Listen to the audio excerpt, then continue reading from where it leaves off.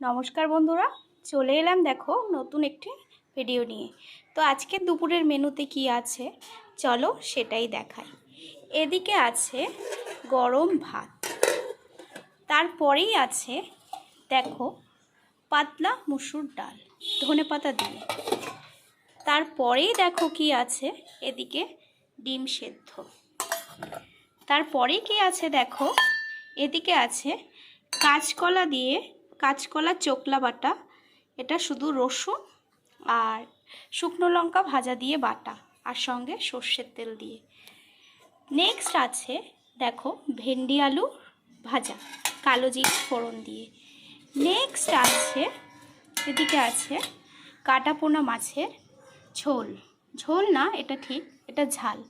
তো বন্ধুরা, আজকের ভিডিও কেমন লাগছে, আজকের দুপুরের লাঞ্চ মেনু কেমন হয়েছে সেটা তোমরা অবশ্যই কমেন্টে জানাবে।